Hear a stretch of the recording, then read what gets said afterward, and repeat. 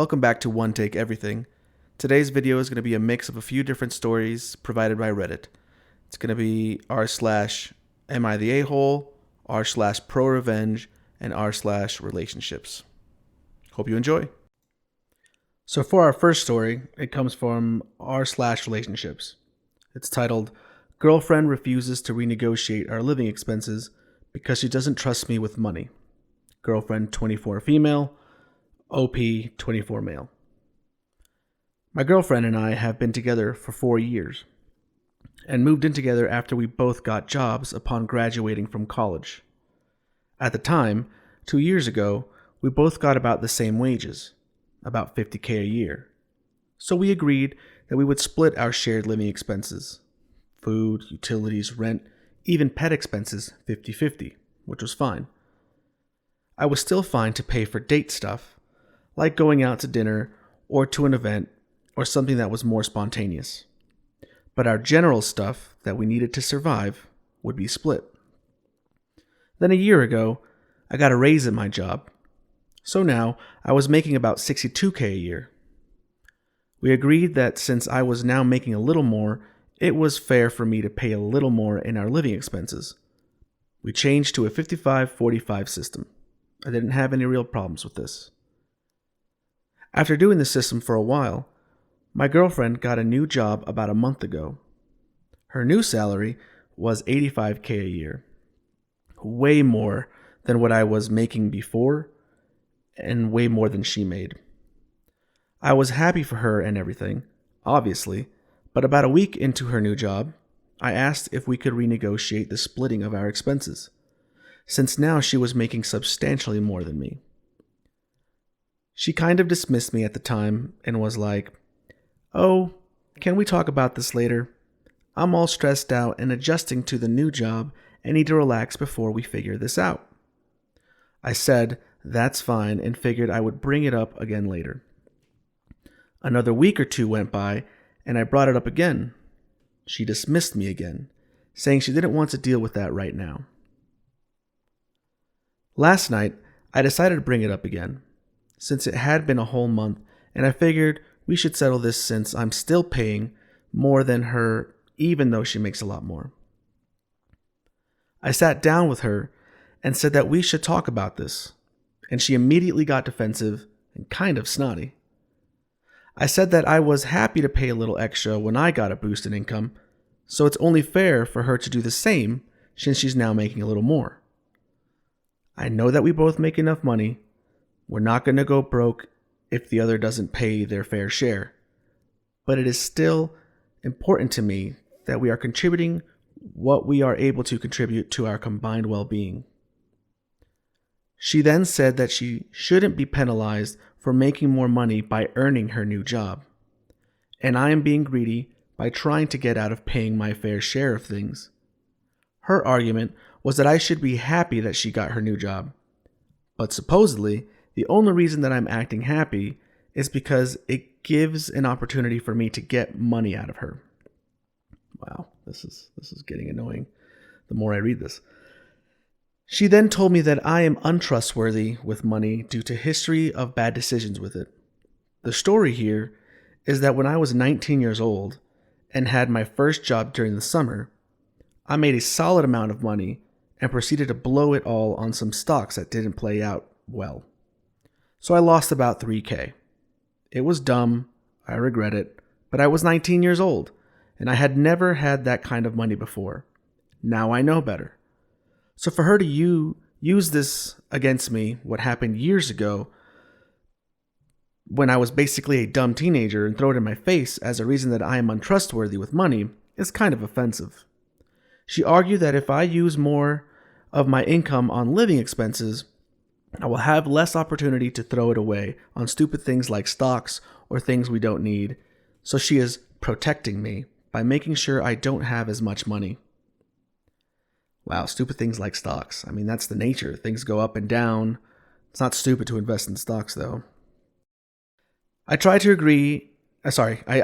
argue that I am responsible now and would never waste money to that extent.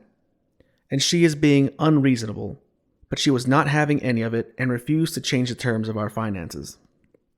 Is there anything I can do here to change her mind on this matter? Any way I can convince her, either directly or indirectly, that we need to divide our finances up more fairly? I'm not exactly poor, but it feels like crap knowing that I am paying way more than I should on living supplies. TLDR, girlfriend got a new job and now makes way more money than me, but refuses to pay a higher share of our living expenses, so I currently pay more. She says she doesn't trust me with money, and I'm trying to steal her hard-earned cash. Honestly, OP, it's pretty simple here. What's good for the goose should be good for the gander. And since you were willing to make changes to your guys' splitting situation, she should be able to do the same. It's 2022. Girls are talking about they want equality. What's more equal than, paying your fair share? I don't know what you can say to get her to change her mind, and I wish you the best of luck, man. All right, so let's lighten up the mood going into our next story. I'm going to read a joke off of Reddit as well. It's just r/jokes. A lady went into the pharmacy, right up to the pharmacist, looked straight into his eyes and said, "I would like to buy some cyanide." The pharmacist asked, "Why in the world would you need cyanide?" The lady, "I need it to poison my husband." The pharmacist's eyes got big and he exclaimed, "Lord have mercy. I can't give you cyanide to kill your husband. That's against the law. I'll lose my license. They'll throw both of us in jail. All kinds of bad things will happen." "Absolutely not. You cannot have any cyanide." The lady reached into her purse and pulled out a picture of her husband in bed with the pharmacist's wife. The pharmacist looked at the picture and replied, "Oh, well now that's different. You didn't tell me that you had a prescription." Our second story is coming from r/pro revenge. It's titled, "Boss Missed Out on $100 million for Treating His Employees Poorly." I used to work at a consulting company in Asia, owned by a baby boomer European guy. Let's call the company COG or COG, and the owner, Dick. To give a brief background, Dick spent his entire career working in the hospitality industry for various hotel brands all over the world. At one point, he specialized in one niche area in the industry and set up a consulting firm to provide consultancy to his business connections. The company employees were majority expats. I spent my entire career working in the financial industry, and I am quite a specialist in the field of capital market fundraising. Dick approached me with a great plan to list one of his properties in North America in a stock market. At the time, it seemed to be a good project. He also offered me a management position in the company. He set up a deal with the listings process and a good salary in comparison to the job I had at the time. The agreement stated that if any party would like to terminate this agreement, they need to inform the other party 3 months in advance. Failing to do will cost the party who initiated the termination a penalty fee equal to 3 months' salary. This will be relevant later. Unfortunately, I joined the company at the worst possible time, the year end of 2019. Initially, things were all right. Dick spent only 1 to 2 days a week at the office and spent the rest of the week abroad to acquire new businesses. However, as everyone knows, a few months after that, the COVID pandemic hit the hospitality sectors globally. Dick lost all his business deals in the pipeline. His property in North America was also shut down. The only income stream for the company was payments from the existing contracts. Dick got stuck in the office for 7 days a week with not much money in the bank account. This is when he showed his true characteristics. Despite the government's highly encouraged work-from-home policy, Dick was dissatisfied with the idea. As a boomer, he wanted to see his employees working all the time. He called anyone who chose to work from home as lazy and cowardly. In addition, he would randomly call them several times a day on non-important issues just to ensure everyone was at the desk at all times. Furthermore, he would assign lots of non-necessary tasks to these people to do. Remember, all business deals were canceled, so they would need to stay very late to finish the work. He cut off 20 to 30% salary for all employees, including himself. This seemed acceptable at the time, given the economic conditions. However, this will come up later. He would be pissed off at anyone in the company who mentioned any news about the pandemic. He just wanted to pretend that nothing severe happened and that things would go back to normal. Due to the pandemic and the financial status of the company, my role significantly shifted from getting a company listed to selling our assets to whoever gives the right price. Thus, the company can survive. During these months, I had to work closely with the company's CFO, let's call Fatty. Fatty had a very impressive resume with a degree from an Ivy League university. However, for some reason, there was nothing inside that brain. He could talk about all financial jargon all day long, but he could not understand even the basic concepts of those words. Fatty would make mistakes all the time and trouble other colleagues. For some odd reason, Fatty would receive only minor criticisms from Dick. Conversely, if other employees made 1/10 of the mistakes that Fatty did, they would receive harsh criticism. We were approached by various buyers. One of them was one of the large real estate developers in this country. Let's call it Mackey. We had a few meetings with senior executives from Mackey to present our North American properties. They seemed to be interested to invest $100 million in acquiring the property, but then they just disappeared. Later on, we were approached by a private equity firm, let's call it Dummy. Rather than acquiring the property, Dummy made an offer for shares of COG. As a result, a series of due diligence occurred. I had to lead the deal from my side. During the process of document preparation, I found various histories about Dick and COG. Dick always claimed to his potential clients that his company had been involved in various projects worth billions of dollars in the past. It was partially true. However, his participation was very limited to less than 1% of those projects. There were a few projects in that COG played a vital role. However, those projects were relatively small. To make matters worse, 100% of them fail before completion. There were various companies that Dick claimed to have co-founded or was a part of the key management.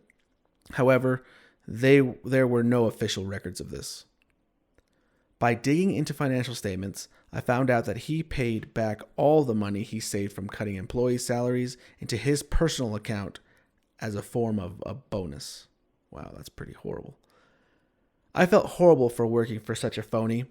However, at the time, it was in Q4 2020. It was way too difficult to get a new job in the middle of this pandemic.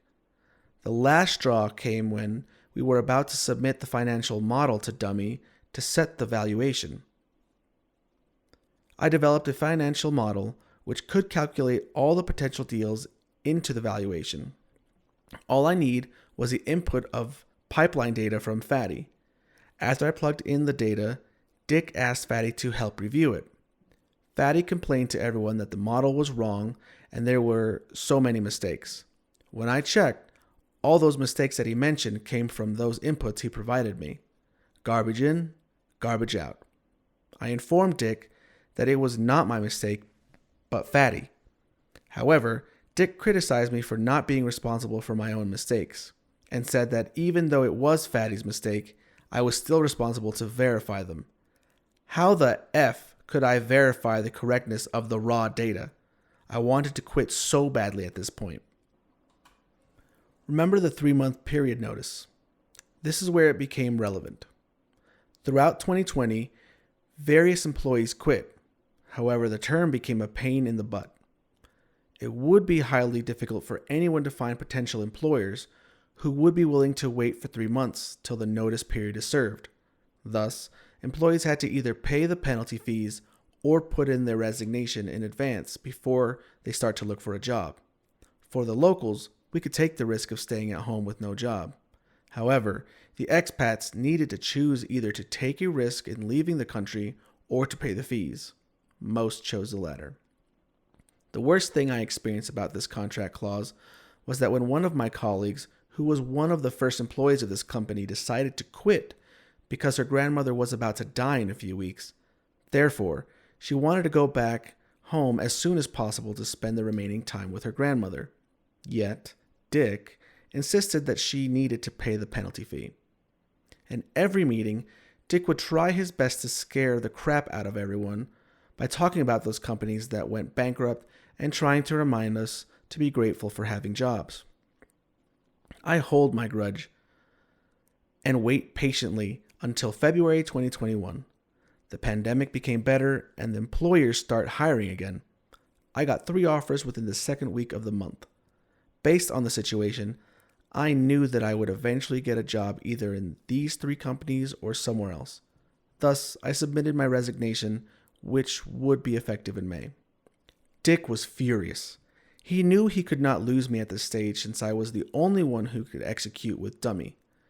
But he was too arrogant to admit it. Instead, he gave me the worst counteroffer discussion anyone could have. He said that I was a coward for jumping away from the crisis, and I would be a failure all my life if I chose to walk away now. He tried to talk about all the deals that would be coming, and I would miss out on working on those projects.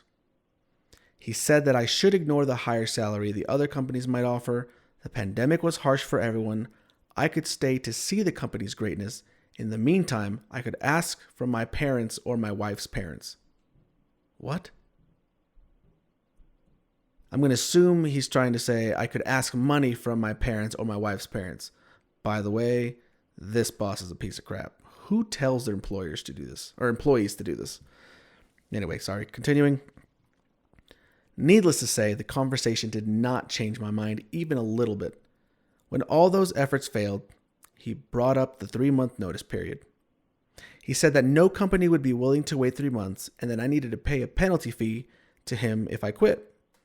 Unfortunately, this was when his own policy backfired. I intentionally did all the stupid mistakes that Friday did. When he complained, I simply responded, it was his responsibility to verify the information that I submitted. I did my job very slowly. Thus, he basically had to pay me 3 months' salary for the work I normally completed in 1 week. Whenever he complained, I told him that he could fire me at any time. In that case, he needed to pay me 3 months' salary as a penalty fee. For a person who always takes advantage of his employees, he probably wanted to scream at me. However, that was not the best part yet. By the end of April, HR from Mackie approached me.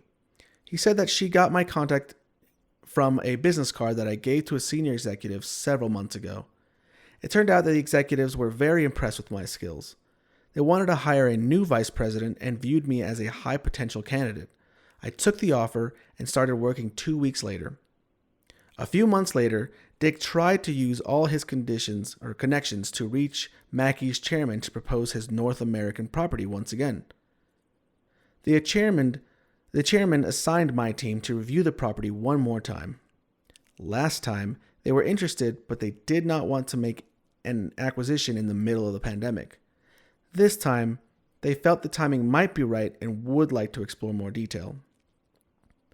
My boss assigned me to look after the project, since I knew everything about that property. He let me decide whether we should move forward with the deal or not. To be honest, the property was fine, and Dick has improved the property's performance very well since his acquisition. However, a year ago, when we first approached Mackie, Dick explained to me how he would screw every penny out of Mackie's pockets. To avoid criticizing Dick directly, I don't want to look like a guy who would badmouth his ex-employer. I pointed out all the loopholes within the business model and explained that we would be taken advantage of from these loopholes if we proceed. Being a smart man, my new boss could sense something fishy about Dick. So he asked me to speak more about my experience. I told him about some of Dick's unethical behaviors mentioned above. Mackie management not only decided not to invest in COG's properties, but they also blacklist COG and Dick from being potential vendors. Honestly, yes, due to the money, this is a $100 million loss, so I do get that it's pro-revenge, but I feel like it could have gone so much worse. Like, this guy deserves so much worse. With it being money that he's not actually obtaining. He didn't actually lose this money. It's just money that he didn't acquire. Yeah, he doesn't deserve it, but I kind of wish he would have actually lost some of his hard-earned money. Anyway, hope you guys enjoyed it. Thanks for listening. And for our third video, it's coming to us from r/Am I the A-hole, titled, Am I the A-hole for pretending not to know my fiance after she had a meltdown during boarding the plane and was eventually thrown off? I imagine I'm going to get raked over the coals for this one. So, my fiance, maybe not for much longer, and I were on our way back from a vacation recently. It was a great time and everything went off without an issue. That is until we started boarding the plane. Now, I know better. I only bring a small backpack with essentials in case I don't get my checked bags. I could survive out of this backpack and it will always pass baggage. Check for size and weight. Done a lot of traveling, so why fight the system? My fiance didn't want to listen to my advice and chose to bring basically a regular full-size bag that barely fits the standards of carry-on. But generally speaking, the airline worker doesn't want to deal with the trouble and allows it through. This time, the airline worker was not having any of it. It was a packed flight. We were boarding last in economy, and it was just a shit show. I got through just fine the first time with my backpack, but I could hear the argument from the boarding tunnel thingy, and it was getting heated. I was about to go back and try to smooth it out, but my fiance rushed past and just boarded the plane. I assumed, not having heard it super clearly, that the attendant had given in and let her on. That was not the case. So we found our seats and settled in. I was pretty tired, and I could tell she was upset. So I just kind of tucked into the window and put my hat down and tried to take a nap. But soon after, the airline worker and a cop shows up, and they are not effing around and want her off the plane. She tries to plead and cry, etc., etc., but they are having none of it. And maybe in a moment of panic or just plain self-preservation, the cop asks if we're together, and I blurt out, "No!" shaking my head emphatically. I got kill dagger eyes from her as she shot up and grabbed her bag and followed the cop out. She was also swearing and screaming the whole way out. Now, obviously this is well after the event I'm posting. But when she did eventually get home, she caught the next flight out with the bag checked in. You know. I was there to pick her up. She obviously thought I was the asshole, and to be honest, almost everyone I know thinks I'm an asshole except my boss and coworkers, who for context were very much relying on me to come back on time, which I gave my word I would, for a really important project that was time sensitive.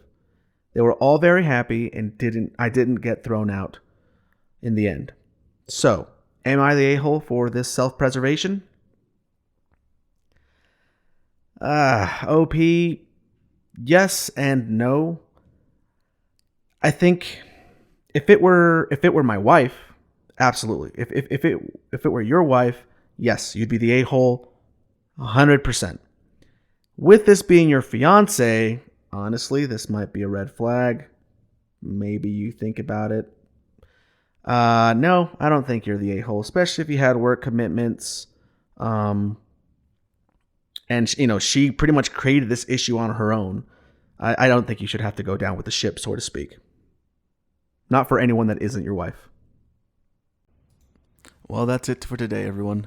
I'd like to thank you for joining me on this adventure. If you like this video, please like and subscribe. If you have any ideas, any constructive criticism, or criticism at all, please leave a comment at the bottom. Enjoy the rest of your day.